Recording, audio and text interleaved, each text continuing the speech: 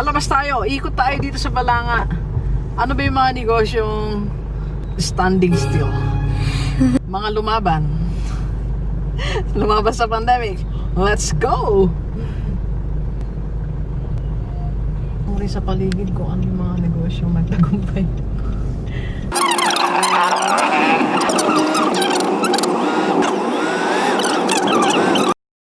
Few moments later. Maniobra po. Ito yung natin. So ito yung meron pa rin sila beef Boss Pares. Meron pa din. Kaya lang hindi na masyadong ganun kadami. Siyempre, kung halimbawa ako pupunta ako dito, mag-iingat na ako, diba? So hindi naman ako kakain dyan. So ang naisip ko, kung meron kang ganito, anong pwede mong gawin? So sabi ni Sir JV, kung ikaw may-ari nito, anong gagawin mo? Sige, pwede po kayong mag-type sa baba. Type nyo nga po sa baba, anong gagawin nyo dyan. Okay? So, tapos mamaya pag-isipan natin. Okay? So, ayan yung itsura ng isang Brent Arcade. Para siyang food park, mini food park. Meron dyan 1, 2, 3, 4, 5, 6, 7, 8, 9, 10. More than 10 na stores na sama-sama sa isang lugar. So, tawag natin dyan talaga food park eh. Pero to arcade. So, dahil hindi na masyado madaming bibili, anong pwede natin gawin. So, ayan. Puntahan pa natin yung isa, tapos mamaya pag-isipan natin anong dapat gawin. Okay? Let's go! Sige po. Take po. Anong gawin ko? Ayan. Ano po? 12 seconds later. Okay. So yun, nakabalik na tayo. Kahapon pa. So nagpunta kami ni Sir JV sa food park. Yan. So ang pinag-usapan namin kanina, then na-analyze ko rin, kung ikaw ay may pwesto sa food park, okay, kung meron kang negosyong pagkain doon, ilalaban mo pa ba yan? O mag-give up ka na? So yan kasi ang tanong eh.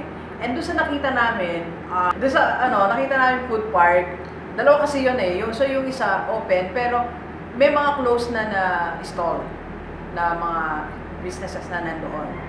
So yung isa naman na food park, yung parang hindi na makita, hindi ko lang kung nag-close na talaga siya. Okay? Pero may ilang pa rin doon sa isa. So inisip ko, sabi ko, ilan pa bang kumakain dito? So syempre, compare dun sa mga previous na binablog ko talaga yon, pag ganong oras hapon, madami na, pero kahapon ilan, mabibilang mo talaga. So kung ikaw may-ari, lalaban mo po ngayon. Okay? So, yan ang ating pag-uusapan. Okay? So, doon sa mga nandun pa din, na lumalaban pa din, ako, I'd like to congratulate them. Yung, alam mo, yung stamina, yung determination na ilaban ng negosyo. Pero kailangan din, pag lumaban tayo, punta tayo sa sure win. Yung mananalo din tayo. Okay? So, siguro sila, based on computation, meron pa rin silang kikitain. Pero ito yung suggestion ko sa iyo. Kung ikaw ay nandoon, ilalaban mo pa ba? So, ano ba yung mga options mo? Dok, kung hindi ko na siya ilalaban, hihinto ko ang negosyo. For example, ikaw ay merong doon, burger house. Yan kasi karamihan sa mga food park, burger or milk tea, no? Mga ganon. So, burger house na lang. Yeah. So, kung yung tinda mo, pizza and burger. Match mo yun? Fries and burger. Kung yun ang yung negosyo. So, ilalaban mo pa ba siya? Para sa akin, kung ako may negosyo doon, mag-online na lang muna ako. Online. Okay? That's my first option. I go online. Okay? Or kung mag-stay naman ako doon, for example, talaga, Dok, mag-stay ako kasi meron pa rin income. So, it's either you change your product or you retain your product and change some strategies. So, paano yon? So, yung una, latag natin so mag-online ka. Okay? You'll be offering the same product. Burger, fries, deliver. Okay? Online. Okay? Or, papalitan mo yung product mo. Kasi, kinukwento nga ni Sir JV, meron dun mga pinupuntahan pa rin. Korean and Japanese food. Ramen. So, pag ganyan kasi ang iyong ino-offer, pupuntahan talaga yan. Kasi siyempre, alam mo naman tayo mga Pilipino, kahit na gusto pa rin natin tumigim ng mga Japanese food, Korean food, kasi trend pa rin yan eh. Masarap pa rin mag-selfie. And besides ngayon, medyo malamig-lamig ang panahon, okay pa din kumain ng mga noodles. So, kung gusto mo, mag-shift ka sa dyan. So, tinan mo pa rin ang paligid, aralin mo siya. So, ilan pa ba dito sa business establishment na to ang nag-offer ng ganito? O kung hindi man mismo doon sa food park na yon, sa paligid. Kasi umikot kami, nakita namin na meron pa rin naman mga bukas. So, may nakita tayong milk tea, may nakita tayong mga yung mga pang merienda. So, tinan mo kung ano pa rin yung existing. Then, you offer that. Okay?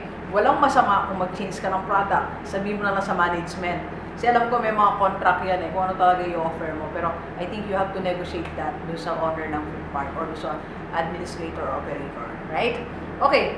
Or, mag-change ka ng strategy.